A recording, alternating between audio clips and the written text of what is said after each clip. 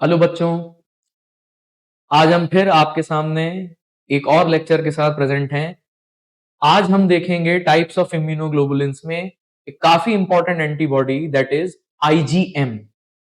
जैसा कि आप लोग जानते हैं या आपने हमारे पुराने लेक्चर्स में देखा होगा, जो कि इस इम्यूनोलॉजी सीरीज में ही चल रही हैं, कि दो ही एंटीबॉडीज ऐसी होती हैं जो कि एक्चुअल में एंटीजन की किलिंग करती हैं, और वो होती हैं आईजीजी और आईजीएम। आज हम देखने वाले हैं कि आईजीएम इतनी इंपॉर्टेंट एंटीबॉडी क्यों है। बहुत ध्यान से देखिएगा। अगर हम आईजीएम की बात करें, ठीक है, तो सबसे पहले तो एक छोटा सा ट्रिक बता रहा हूं, आप उसी से याद रखिएगा। आप एक नाम याद रखिएगा, मगलू। जो लोग हैरी पॉटर सीरीज के फैन हैं, आप लोगों को पता होगा मगलू का क्या मतलब होता है। जो लोग नहीं जानते हैं, नो प्रॉब्लम, आप मंगलू नाम से याद रख लीजिएगा। मंगलू नाम का बच्चा काफी हैवी था। मंगलू नाम का बच्चा अपनी क्लास में काफी हैवी था। काफी हैवी नहीं, इसको आप मान के चलिए सबसे ज्यादा हैवी था, मतलब हैवीएस्ट था। और सब बच्चे छोटा सा पैंट निक्कर पहनते थे, मंगलू क्या पहनता था? पैंट पहनता। सब बच्चे नेकर पहनते थे, हाफ पैंट पहनते थे, नेकर पहनते थे, मंगलू फुल पैंट पहनता था। और मंगलू क्लास में हमेशा क्या आता था? फर्स्ट आता था। मंगलू क्लास में हमेशा कैसा आता था? फर्स्ट आता था। इतना अगर आपने याद कर लिया तो बेटा अब आपको आईजीएम में कभी परेशानी नहीं आएगी। बहुत ध्यान से देखिएगा। सबसे पहली चीज, आईजीएम ये जब भी एंटीजन से बाइंड करती है तो ये एक खास किस्म की रिएक्शन कराती है जिसको हम कहते हैं एग्लूटिनेशन रिएक्शन। क्लियर? ये कराती है एग्लूटिनेशन रिएक्शन।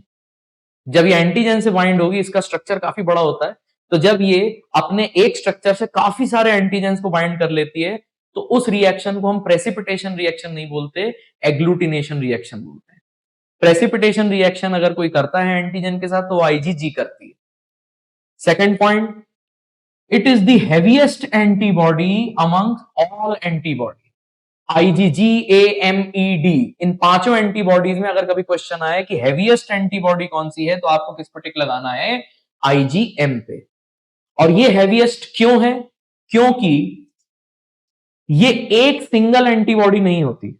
आप यहां पर नोटिस करेंगे तो बेटा आईजीएम जो होती है वो एक एंटीबॉडी नहीं होती।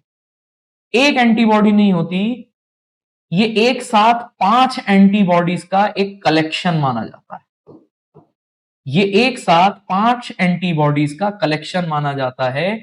इस वजह से हम इसको पेंटामेरिक एंटीबॉडी भी बुलाते हैं। इसका नेचर कैसा होता है? पेंटामेरिक। तो पेंट से आपको याद रखना है कि मंगलू पेंट पहनता था, से याद रखना है कि ये पेंटामेरिक नेचर की एंटीबॉडी होती है। और ये सारी एंटीबॉडीज जहां पर ज्वाइन होती हैं, उस ज्वाइन करने वाले प्रोटीन को हम बोलते हैं जे प्रोटीन, या फिर इसको बोला जाता है जे चेन। और जे का मतलब क्या होता है? या तो आप इसे ज्वाइनिंग प्रोटीन बुला सकते हो या फिर आप इसे जंक्शन प्रोटीन बुला सकते हैं, वो आपकी मर्जी, जो आप लिखना चाहें। और ये पेंटामेरिक नेचर के कारण अब आप इमेजिन करो कि सभी एंटीबॉडीज पे अलग अलग एंटीजन एक्टिवेट हो गए हैं और उन एंटीजन से भी फर्दर और ज्यादा एंटीबॉडीज आईजीएम लुगी हुई हैं।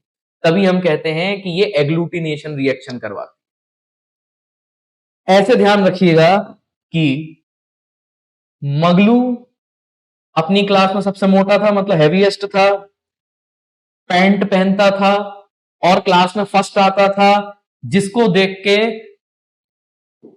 आपको दो चीजें दिमाग में आनी चाहिए। फर्स्ट को देख के आपको दो चीजें दिमाग में आनी चाहिए। जब एक फीटस ने बर्थ ले लिया, मतलब बच्चा पैदा हो गया है, अब पहली बार जब उसको इन्फेक्शन होता है, अब उसका इम्यून सिस्टम डेवलप्ड है, अब वो जितने भी एंटीजन है उनका सामना कर सकता है। तो जब किसी बेबी में, उसको फीटस नहीं बोलना चाहिए, किसी बेबी में पहली बार कोई इन्फेक्शन आता है, कोई सा भी हो, अगर बेबी फर्स्ट एंटीबॉडी कोई बनाता है तो वो फर्स्ट एंटीबॉडी कौन सी होती है बेटा? आपकी आईजीएम। फर्स्ट से आपको याद रखना, it is the first antibody formed during any response. First antibody हमेशा आईजीएम ही बनेगी, चाहे वो रिस्पॉन्स प्राइमरी रिस्पॉन्स हो या सेकेंडरी रिस्पॉन्स हो। इसको समझने का सबसे इजी तरीका, मान लीजिए कोविड वायरस है, वो आपके शरीर में आया, फर्स्ट टाइम आया, तो आईजीएम बनेगी और कोई एंटीबॉडी नहीं बनेगी, आईजीएम ही बनेगी। तो जब वो अकेली है तो भी फर्स्ट ही है। मान लीजिए कोविड फिर से आपकी बॉडी में आ गया, आप ठीक हो गए, 2 साल बाद फिर आपको कोविड हो गया, भगवान ना करे। अब जब दूसरी बार कोविड आया तो अब सेकेंडरी रिस्पॉन्स होगा, सेकेंडरी रिस्पॉन्स में भी पहली एंटीबॉडी जो बनती है वो बेटा आईजीएम ही बनती है, और इसके अलावा जो दूसरी एंटीबॉडी बनती है तब बनती है आईजीजी। यानी आईजीजी तो बनेगी सिर्फ और सिर्फ सेकेंडरी इम्यून रिस्पॉन्स में बनेगी, लेकिन आईजीएम से पहले नहीं बनेगी। ये चीज ध्यान रखिएगा। क्लियर हो गई बात? पहली चीज तो आपको यह ध्यान रखने की, first antibody form during any response, और फर्स्ट से ही याद रख लेना, it is the only antibody formed during primary response, जिसको अभी मैंने आपको एग्जांपल से समझा दिया कि अगर प्राइमरी रिस्पॉन्स हुआ है, मतलब मान के चलिए फर्स्ट टाइम जब कोई इंफेक्शन आता है, तो इकलौती ओनली एंटीबॉडी जो बनेगी वो कौन सी बनेगी बेटा? आईजीएम। आईजीएम भी कॉम्प्लीमेंट सिस्टम का यूज करती है, आईजीजी की तरह ही वो कॉम्प्लीमेंट सिस्टम का यूज करके एंटीजन को किल भी करती है, लेकिन डिफरेंस यहां ये होता है कि आईजीजी किलिंग भी करती है और किलिंग में हेल्प भी करती है, एंटीजन की किलिंग भी करती है और एंटीजन की किलिंग में हेल्प भी करती है, लेकिन आईजीएम कभी भी हेल्पिंग का काम नहीं करती। हमेशा ध्यान रखिएगा, इम्यून रिस्पॉन्स में जब भी कोई हेल्पर वर्ड आए कि एंटीजन की किलिंग में हेल्प किया, ऐसे कंपाउंड्स को हम बुलाते हैं ऑप्सोनिन्स, और इस प्रोसेस को बुलाया जाता है ऑप्सोनाइजेशन। तो जब भी हम आईजीजी की बात करते हैं, हमेशा ध्यान रखिएगा, ये ना सिर्फ कॉम्प्लीमेंट का यूज किलिंग के लिए करती है, कॉम्प्लीमेंट का यूज ऑप्सोनाइजेशन के लिए भी करेगी, मतलब हेल्पिंग के लिए भी करेगी। आईजीएम कॉम्प्लीमेंट मॉलिक्यूल्स का यूज सिर्फ और सिर्फ किलिंग के लिए करती है, ऑप्सोनाइजेशन या हेल्पिंग की तरह नहीं करती। आई होप आपको आईजीएम अच्छी तरीके से क्लियर हो गई होगी। वेट करिएगा हमारे अगले लेक्चर के लिए, जो कि इस सीरीज में आपको और ज्यादा इंफॉर्मेटिव लगेगा। Thank you so much.